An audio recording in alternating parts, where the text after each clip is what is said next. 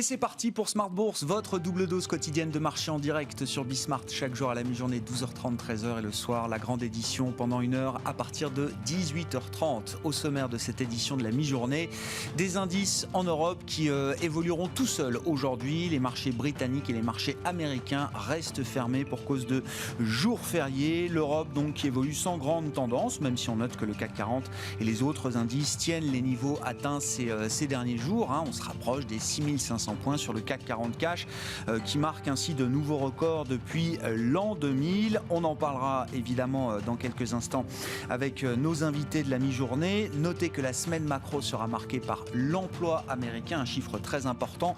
Une des dernières grandes statistiques américaines avant la réunion de la Fed le 15 et 16 juin prochain. L'emploi américain qui sera publié ce vendredi à 14h30 après la déception du mois d'avril. Il faut s'en souvenir puisque le chiffre était sorti très en deçà des attentes. 266 000 créations d'emplois en avril aux États-Unis. Chiffre qui sera révisé, peut-être à la hausse ce vendredi. Et le chiffre du mois de mai qui est attendu autour de 650 000 créations d'emplois anticipées par le consensus des économistes pour l'économie américaine au mois de mai. Notez au passage que l'OCDE a relevé encore ses prévisions de croissance mondiale cette année à 5,8% et l'an prochain à 4,4%. On en parlera dans quelques minutes avec Nadia Garbi, économiste de Pictet Wealth Management, qui sera avec nous par téléphone. Et puis le plan de trading comme chaque lundi pour démarrer la semaine avec les équipes de Bourse Direct. Petit renversement de situation avec un optimisme grandissant sur les indices boursiers.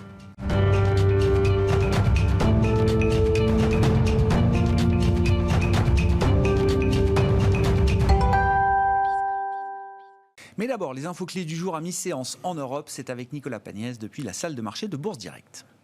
La tendance est hésitante depuis le début de la matinée sur le CAC 40 au sein d'une séance qui s'annonce relativement calme alors que Wall Street et la City restent fermés aujourd'hui pour cause de jours fériés.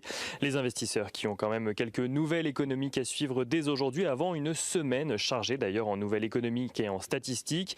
Les investisseurs qui suivront en effet les indices PMI dès demain mais aussi l'inflation en zone euro ou même d'ailleurs en Allemagne dès cet après-midi. Les investisseurs qui suivront également cette semaine le rapport sur l'emploi aux États-Unis qui sera publié vendredi, tandis que la Réserve fédérale américaine publiera de son côté son livre beige mercredi soir.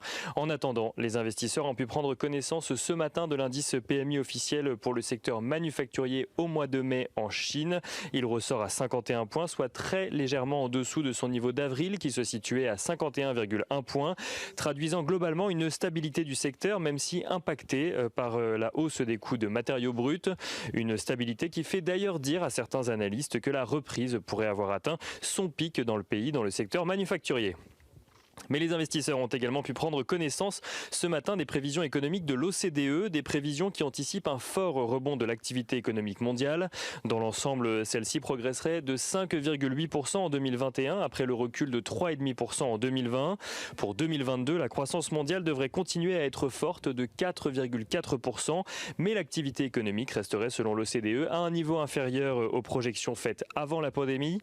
Dans le détail, 3 pays sont attendus avec des croissances fortes donc dès cette année. Les États-Unis devraient, selon l'organisation, connaître une croissance de près de 7%, tandis que la Chine devrait connaître une croissance de 8,5% et l'Inde devrait même aller juste en dessous d'une croissance de 10%.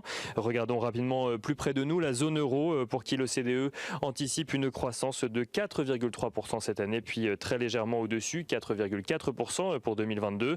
Et en France, la croissance est attendue sur des niveaux similaires à la croissance mondiale, à savoir 5,8% de croissance cette année, puis 4% l'année prochaine, au-dessus de la prévision faite pour l'Allemagne cette année, mais l'Allemagne qui verrait sa croissance repasser au-dessus de celle de la France en 2022.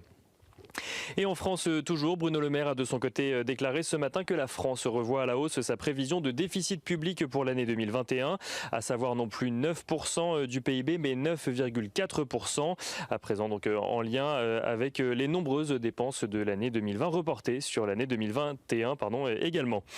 Du côté des valeurs à présent, on note que Eurazeo annonce avoir conclu un accord pour la cession de sa participation dans Planète, une entreprise spécialisée dans les solutions de paiement, une participation cédée pour un montant de 1,8 milliard d'euros au fonds d'investissement britannique Advent International. L'accord prévoit cependant que Eurazeo réinvestisse dans l'entreprise aux côtés du fonds afin que les deux groupes contrôlent l'ensemble de l'entreprise. On note à Paris toujours que ADL Partners annonce de son côté un chiffre d'affaires en progression de 6,2% au premier trimestre pour un montant de près de 38 millions d'euros. Une croissance portée essentiellement par les activités de marketing digital du groupe. Et on note que Ipsen annonce de son côté que son candidat médicament contre la fibrodysplasie ossifiante progressive a vu sa demande d'homologation acceptée par la FDA aux États-Unis. Et on finit ce point de la mi-journée avec quelques indicateurs clés sur les marchés financiers. Le pétrole qui est à la mi-journée sous les $70, l'euro-dollar qui lui est sous le niveau des 1,22 $ pour 1 euro, l'once d'or qui elle est juste au-dessus des $1 900, tandis que le rendement obligataire à 10 ans aux États-Unis est lui aux alentours des 1,58%. Oui, des marchés américains qui restent fermés aujourd'hui, marché actions et marché obligataire qui n'ouvrent pas pour Memorial Day. Nicolas Pagnès avec nous en fil rouge tout au long de la journée sur Bismart depuis la salle de marché de Bourse Direct.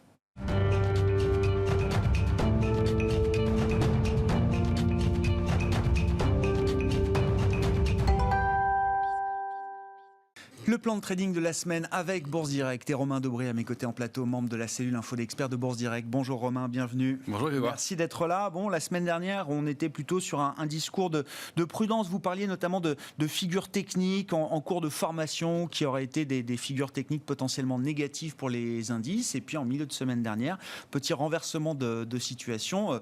L'optimisme semble revenir, en tout cas les indices en Europe particulièrement se montrent très forts. Oui, effectivement, il y a une consolidation qui était en place sur les grands indices mondiaux depuis 1 à 2 mois selon les indices, plutôt 2 mois sur les grands indices américains, un mois et demi pour les indices européens majeurs, et puis effectivement des structures de retournement baissière potentielles qui se mettaient en place avec des signaux assez importants, des gaps baissiers, des volumes un peu plus lourds à la baisse, et puis des structures d'élargissement, des vagues de Wolf, des diamants qui avaient l'air d'indiquer des retournements baissiers. Et puis effectivement la fin de semaine a été très intéressante avec notamment un point d'orgue jeudi avec l'annonce d'Airbus qui a annoncé des commandes et un retour d'activité qui a entraîné l'indice CAC 40 et lui a permis de déborder des niveaux techniques importants. Alors ça ne s'est pas passé uniquement sur l'indice CAC 40, c'est assez généralisé sur les grands indices mondiaux, mais il y a effectivement des grands indices qui sont en passe d'invalider cette figure baissière, voire même sur des indices européens comme l'Eurostoxx, on va le voir,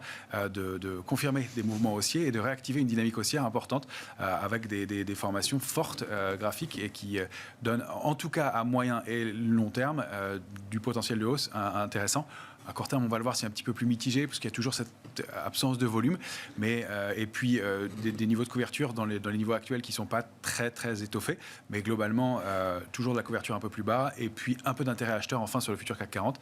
On le déplorait, il y avait beaucoup de spéculation. Là, ça s'étoffe un petit peu. C'est pas énorme, mais on a quand même vu la construction de 10 000 contrats depuis 6 400 points jusqu'à 6 480 points. Donc c'est plutôt un soutien, même s'il y a des arbitrages et qu'on voit qu'on détruit 2000 contrats dans la journée de vendredi. C'est toujours un peu spéculatif.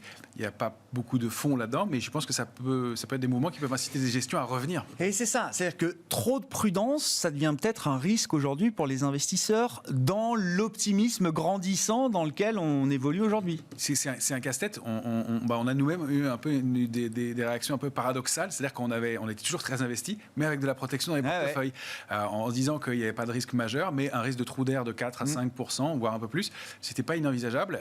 Et puis que ça dégénère, pourquoi pas, mais en tout cas on n'en était pas là, mais en tout cas de se dire que voilà, c'était difficile de ne pas être investi. On a vu des secteurs qui sont repartis comme le secteur de l'immobilier qui était en retard, les pays de l'Est aussi qu'on a évoqué, mais hors Russie, Bulgarie, Hongrie, Pologne, qui sont sous forme de panier d'actions bien largement surperformants.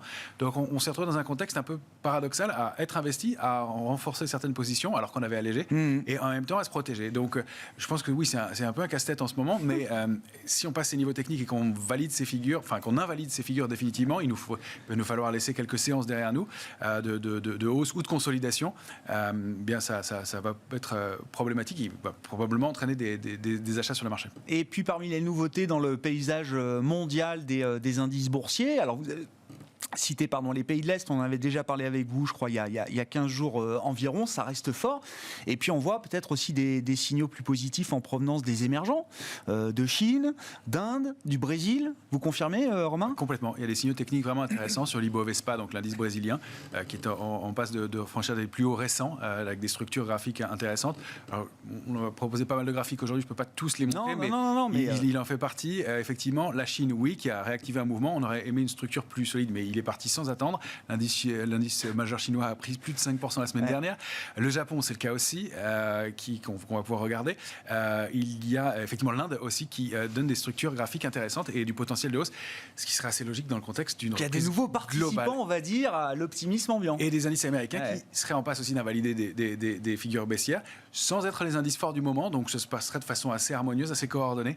Tout ça est à confirmer. Encore une fois, on déplore un peu ce manque de volume et probablement des risques de volatilité à court terme, notamment avec les grands rendez-vous qu'on attend dans les 15 prochains jours. Chiffre de l'emploi, chiffre de l'inflation, chiffre de l'emploi et réunion des banques centrales. Donc on a un contexte qui va être intéressant, probablement un peu volatile, mais avec des gros signaux, en tout cas sur certains indices majeurs. Bon, qu'est-ce qu'on peut dire de l'Europe si on prend l'Eurostoxx 50 comme baromètre des marchés européens, là, sur une vision mensuelle? Que dire de la structure de l'indice, Romain? Alors, on a pris une vision assez large. Il faut dézoomer un peu parce que ce sont des marchés qui sont un peu, c'est paradoxalement, des marchés qui vont plus vite et il faut dézoomer pour mieux les lire. Là, sur l'Eurostoxx, c'est très intéressant. On voit qu'on a franchi, alors on l'avait fait depuis quelques temps, le niveau de 3857 points, qui était un niveau qui date de 1999, autour duquel l'Eurostoxx s'était articulé et qui n'avait pas réussi à franchir depuis les années 2010. Qui est important. Ce qui est très intéressant, c'est qu'on butait, alors ça c'est en zoomant en hebdomadaire, sur le niveau de 4034 depuis 5 ou 6 semaines, de façon très très nette, avec une résistance horizontale très très marquée. Et on l'a débordé la semaine dernière, avec un volume toujours qu'on peut discuter, mais qui a été le cas. Ça valide. Et ce qui est encore plus important, c'est qu'avant d'aller déborder ces niveaux de 4034, on est allé s'appuyer à nouveau sur le niveau de 3857. Donc ça forme un pullback sur un niveau historique, et avec une accélération haussière derrière. C'est vraiment quelque chose d'important. Alors ça laisse un potentiel de hausse que vous voyez ici, avec des résistances intermédiaires à 4180, 4306, pourquoi pas, et puis des extensions vers le haut du canal haussier. Donc on a des mouvements de 4 à 6%, et puis de 8, 10, 12%, et peut-être un peu plus sur d'autres indices européens. Oui, et d'ailleurs, c'est pas anodin qu'on parle par exemple de l'indice italien, du MIB. Effectivement, alors sans revenir sur la situation de l'Italie, mais c'est vrai que cet indice italien, là aussi, il a peut-être de belles perspectives devant lui. Très important aussi. Il a à peine consolidé autour de sa résistance à 24 080 et il est en train de la déborder nettement avec du volume. Après, là, on est aussi en mensuel, donc après 2 mois de consolidation autour de ce niveau majeur, avec une accélération haussière. On voit que ce sont des niveaux qui, pareil, n'ont pas été débordés depuis 2009 et sur lesquels l'indice a buté déjà 4 fois et donc autour duquel il s'articulait pour la 5e fois. Donc pareil, des extensions. On a déjà fait une partie du chemin avec encore 8%, alors 4%, 8% de hausse potentielle, mais des mouvements un peu plus importants.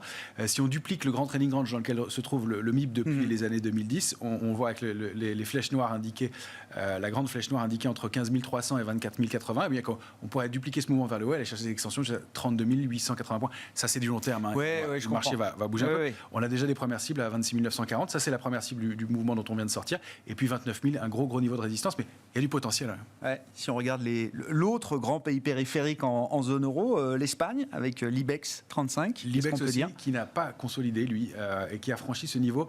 Alors, cette zone importante, 8400, 8810, et autour de laquelle il a évolué depuis les années 2000. Je ne compte pas le nombre de fois, vous les avez là, les ellipses bleues qui vous indiquent le nombre de fois où on s'est articulé, où on a buté sur ces niveaux. Et là, on a l'air de prendre le chemin des 9560 points et de cette grande oblique violette qui est la ligne de tendance long terme, baissière de long terme, sous laquelle l'IBEX évolue depuis la crise de 2008 et qui avait fait tant de mal à l'Espagne. Et donc, de vouloir aller s'attaquer à ces points-là, avec une reprise intéressante et une cible graphique de la même façon qui se situerait un petit peu au-dessus, 10 160. Donc, on va avoir des obstacles, mais du potentiel aussi intéressant, toujours dans les mêmes proportions, 8 à 10%, et puis pourquoi pas des extensions, 11 180 points, ça laisse une trentaine de pourcents derrière, on n'en est pas là. Oui, je comprends. Attention, on va pas trop vite en besogne, mais c'est plutôt dans ce sens-là qu'il faut regarder aujourd'hui, vous dites. C'est vraiment on regarde les signaux envoyés par les marchés. Et voilà, quand on voit qu'il y a beaucoup de liquidités dans le marché, que ça va plus vite, que les investisseurs voient de façon plus large dans leurs investissements, et que ce sont des petits indices, si on se dit que les investisseurs américains s'intéressent à des places comme ça peut bouger très vite. Si on regarde effectivement dans le paysage global, vous le disiez, le Japon fait partie des pays forts aujourd'hui. Ça se retrouve donc sur l'indice Nikkei 225. Voilà, on aurait pu prendre d'autres indices. Les indices chinois aussi sont intéressants. Les structures graphiques sont moins nettes. C'est pour ça que j'ai choisi le Japon. On avait évoqué le haut du canal haussier de long terme qu'on regardait sur le Nikkei, un graphique en hebdomadaire que vous avez sous les yeux. On voit que l'indice bute depuis mars sur le haut de ce canal avec une structure de consolidation, un petit drapeau.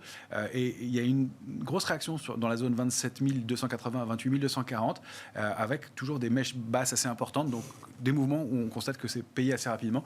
Donc on n'est pas encore sorti de la structure, mais on a un potentiel de hausse de 8 à 10% pour aller chercher des extensions haussières. En plus, on constate que le trading range dans lequel on se trouve pourrait être dupliqué. Effectivement, ce petit drapeau pourrait ouvrir des extensions plus importante encore, mais déjà au moins vers 31 920. Et il se trouve que ça coïncide très bien avec l'ancienne zone de consolidation dans laquelle l'indice était alors bien avant. C'est ces grandes flèches que vous voyez en bleu, dupliquées vers le haut. Et donc, c'est assez coordonné aussi. On sait que les grands indices américains, par exemple, ont débordé ces canaux, les bornes hautes de ces canaux haussiers depuis longtemps. Donc, pourquoi pas autour du Japon de le faire, effectivement, dans des pays qui fonctionnent bien, manifestement. Bon, si on regarde le monde dans son ensemble avec le MSCI World, Romain, là, il y a une structure de diamant. Est-ce qu'elle est invalidée ou pas? Je vois qu'il y a un point d'interrogation encore. Voilà, on va devoir confirmer un petit peu parce que ce sont des structures qui se sont mises en place depuis avril dernier, comme sur le reste des indices. On voyait cette possibilité d'un diamant. C'est pour ça que les lignes sont en tiret, parce qu'elles sont des lignes de décès pour l'instant. Elles ne sont pas encore validées. Il n'y a que 2 points pour les valider. Mais on a débordé ce niveau de résistance important en fin de semaine dernière. Vous voyez que ça se joue sur 2 séances, avec donc des sorties de ces figures possibles et donc des réactivations haussières et une validation des mouvements baissiers. Tout ça de façon assez coordonnée. Et alors, on pourrait regarder le DAX aussi, mais qui lui, n'est pas encore sorti de sa structure d'élargissement, mais accumule en partie haute et donc pourrait être en passe de le faire aussi. Si ça se passe sur les plus grands indices mondiaux, il y a des chances que ça se passe sur le DAX aussi. Donc, voilà. Le S&P n'a pas parfaitement confirmé, mais il a un peu le même genre de structure que le MSCI World. Donc, des structures de retournement baissière qui sont vraiment en passe de s'invalider. Et c'est un mouvement assez important à quelques jours. Ouais, on attend une confirmation générale, effectivement, de cette réactivation haussière, comme vous dites, c'est ça. Oui, c'est ça. Il faut passer quelques jours au-dessus de ces niveaux, quelques séances, quelques clôtures. On dit en général 1 à 3 séances, 1 à 3 clôtures. Ce serait bien de terminer déjà le mois de mai. Ça a l'air d'être acquis pour le mois de mai. On verra ce qui se passe aujourd'hui, mais pas mal d'indices fermés.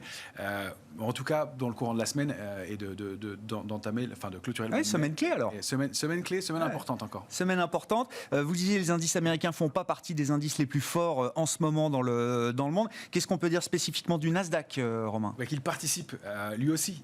C'est ce qui nous inquiétait. Il était en train de tester la borne basse de son canal haussier de long terme. J'ai zoomé un peu, on a pris le graphique en journalier, mais c'est un canal qui est actif depuis le mois de novembre dernier, donc qui est de moyen terme maintenant, presque long terme.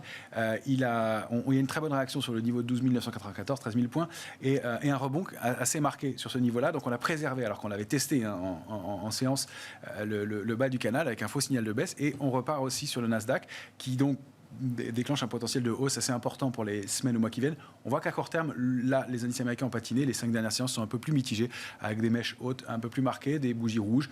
On voit qu'on n'arrive pas très bien à s'extraire de cette zone-là, mais il y a manifestement du potentiel.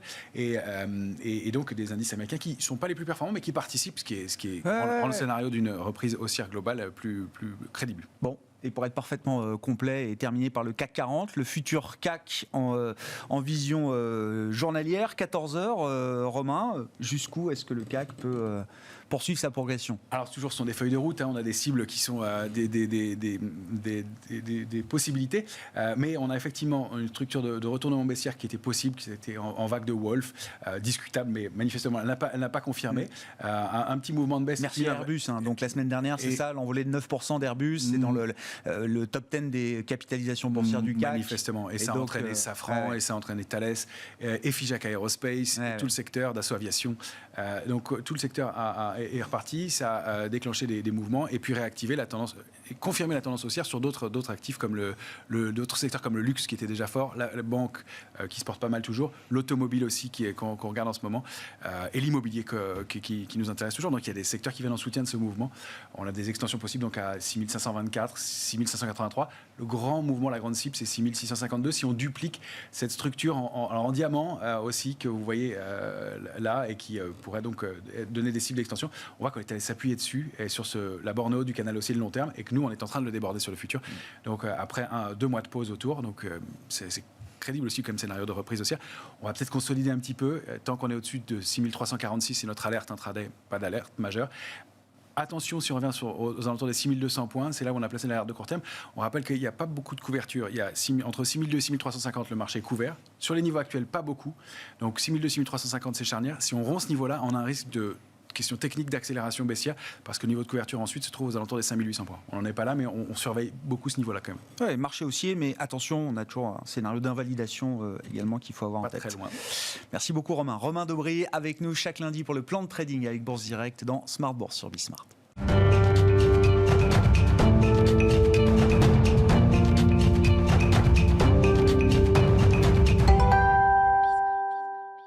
Et les enjeux macroéconomiques de la semaine qui sera importante avec l'emploi américain en point d'orgue ce vendredi. Nadia Garbier est avec nous quelques minutes par téléphone pour évoquer ces sujets. Économiste chez Pictet Wealth Management à Genève. Bonjour et bienvenue Nadia. Bonjour. Merci beaucoup d'être avec nous. Peut-être un petit commentaire sur le nouveau set de prévisions de l'OCDE qui a donc révisé à la hausse ses prévisions de croissance pour cette année et l'an prochain. Ça n'est pas une grande surprise au regard du momentum de réouverture des économies développées notamment.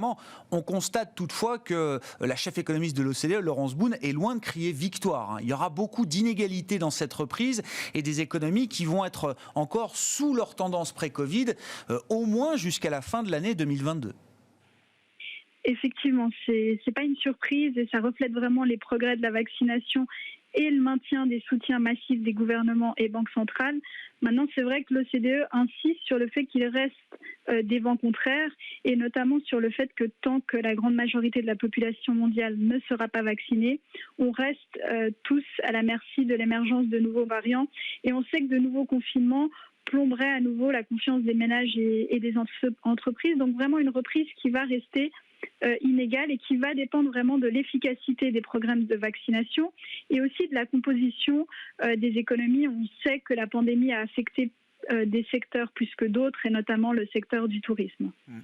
Bon, voilà pour la toile de fond, effectivement, qui reste mitigée, même si le momentum macro est quand même très, très positif, très puissant pour des pays comme les États-Unis, bien sûr, mais la zone euro également, qui voit ses chiffres de croissance, ses perspectives de croissance révisées à la hausse par l'OCDE. Sur les US, justement, Nadia, le grand rendez-vous, ce sera en fin de semaine avec l'emploi américain du mois de mai. C'est le dernier rapport avant la prochaine réunion de la Fed, les 15 et 16 juin prochains, sachant que le rapport du mois d'avril avait été un peu décevant. Alors, dans un contexte d'extrême volatilité statistique. Est-ce qu'il y a des grandes attentes là pour les chiffres d'emploi du mois de mai aux États-Unis qui seront publiés ce vendredi ?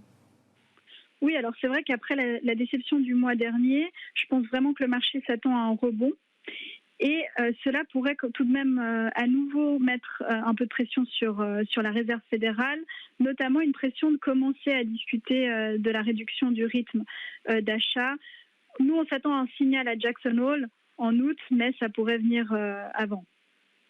Ce qui est intéressant, c'est que vraiment, le marché a bien compris le message de la Fed. C'est l'emploi qui compte et c'est pas l'inflation qui compte. En tout cas, l'inflation de court terme. Parce qu'on a eu encore le chiffre de vendredi. Alors, on avait déjà eu une première indication d'inflation aux États-Unis pour le mois de mai avec le CPI. Le PCE a enfoncé le clou encore vendredi, Nadia, mais le marché obligataire ne réagit plus à ces chiffres d'inflation. On est quand même sur des rythmes très élevés, que ce soit en glissement annuel, que ce soit en rythme mensuel, que ce soit l'inflation globale ou l'inflation sous-jacente. On peut regarder de toutes les manières qu'on veut. Il y a beaucoup d'inflation en ce moment, en tout cas pendant cette période de réouverture.